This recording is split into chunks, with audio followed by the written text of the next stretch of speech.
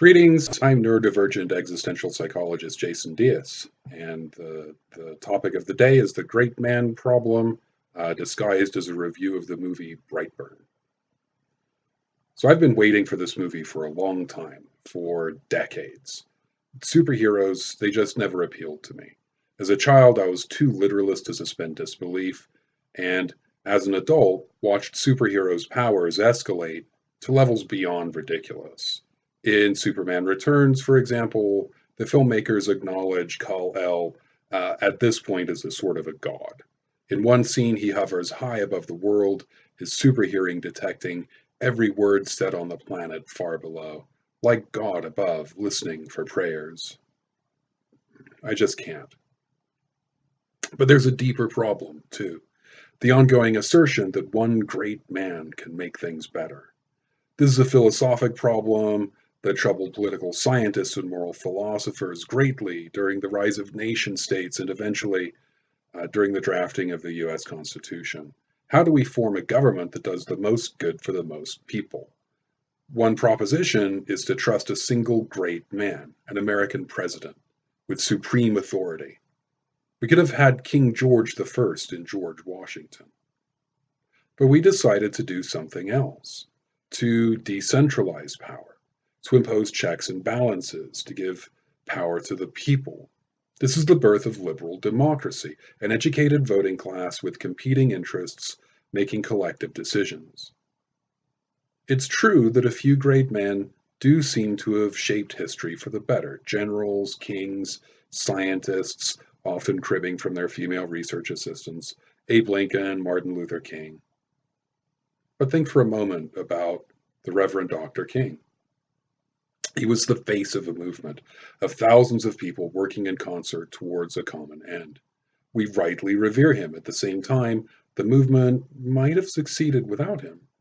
For every leader we know about, there were more people ready to step up and take the reins.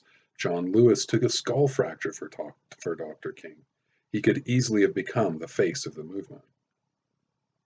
Moreover, look at the history of great men turning out not to be so great. Charismatic leaders given power and authority whose actions result in the most terrible consequences.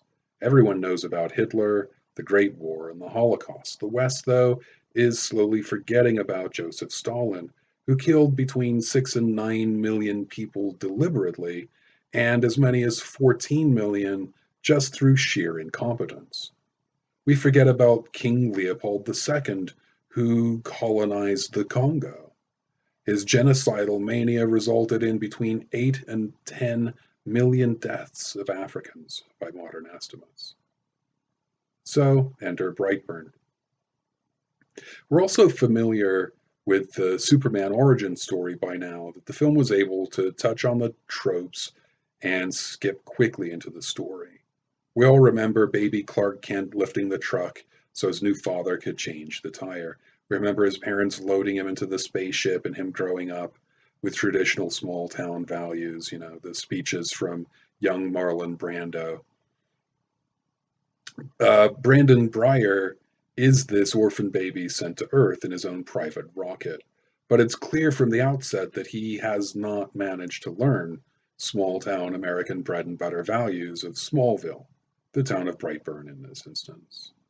Now an awkwardly pubescent boy of 12, complete with bullies and a pretty crush, he accidentally discovers he has super strength trying to start a cranky gas mower. I remember that mower. Dad could start it in 1 or 2 pulls and had no patience for the fact that I couldn't. 10 or 12 pulls into frustration, he'd come in and take over and push me aside. Brandon pulls on the starter so hard, though, that he launches the thing. It lands, running and upside down, the blades whirling like a fan. Very first thing Brandon does on discovering he has super strength is to find out if it's accompanied by invulnerability. Seems like a strange choice. But it's also somewhat clear that Brandon is a psychopath. He doesn't experience fear.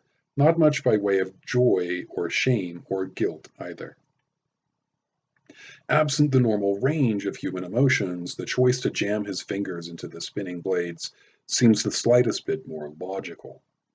Things escalate when the gym teacher has the kids doing trust falls the next day. His crush, now creeped out by him, precipitates the crisis by stepping to the side. The kids let him fall. The gym teacher forces the girl to help Brandon up, and Brandon crushes her hand with his. So here's a lesson in forgiveness buried in the deeper narrative.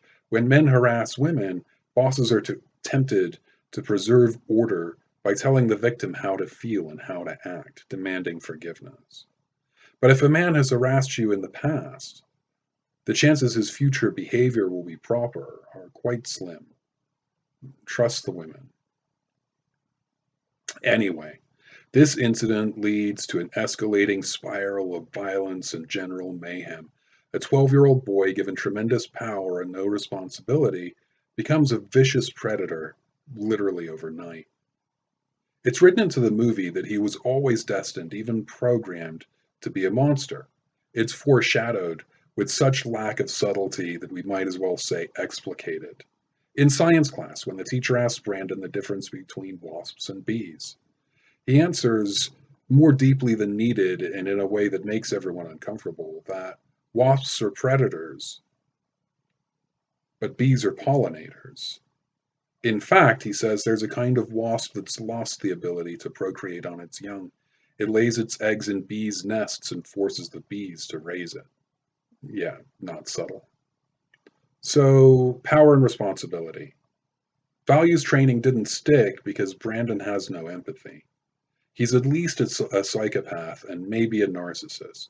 In a counseling session, he tells the counselor he's discovered he's special, something superior. A catastrophic lack of empathy makes American values impossible. This is a horror film. The combination of power without feelings is driven home in brilliantly gory scenes that will stick with you later. Try not to be slurping your smoothie while you watch this film. So, is it all just entertainment, or is this social commentary? Superman's opponents have alleged from time to time that a godlike alien has no moral authority here and is not to be trusted. He could change allegiances at any moment and go from being a great savior to a living cataclysm at any moment, and we'd all be completely, totally powerless. Becoming powerless is totally a trope in horror fiction. Is that a coincidence? There's one thing that makes me say this is about politics, a cautionary tale about trusting billionaires and centralizing powers with the president. Brandon is obsessed with human reproduction, particularly women. His parents find some pictures under his mattress. The first couple are women in bathing suits, cropped from magazines, but then they get more and more anatomical. Biology textbook renderings of the uterus and fallopian tubes, and at the end we see his first victim splayed out in front of the cradle ship, her reproductive organs dissected and on display. If that's not commentary on our American political system, then I don't know what is. Who is it who remains in power by focusing on the control of female sexual activity? And if that's too blunt, you're not going to like this part. Can you think of someone extremely powerful who shows no empathy, shows signs of narcissism, and is obsessed with female body parts, even to the point of describing his own doctor in terms of her breasts and backside? Anyone? Bueller? Bueller? If there's a point here, it isn't that one single person is bad. It's that we should be wary of powerful people. They have their own goals, their own motivations, and little empathy for us small fry. They can play act for us to get their way, to get us to raise them, as it were. But when they come into their power, very powerful people are dangerous in proportion to their power. Hitler, Stalin, Leopold, Mussolini, Saddam Hussein. So this has been a brief review of the movie Brightburn. If you like this kind of talk, consider giving me a visit over at jasondiasauthor.com. Bye. Bye for now.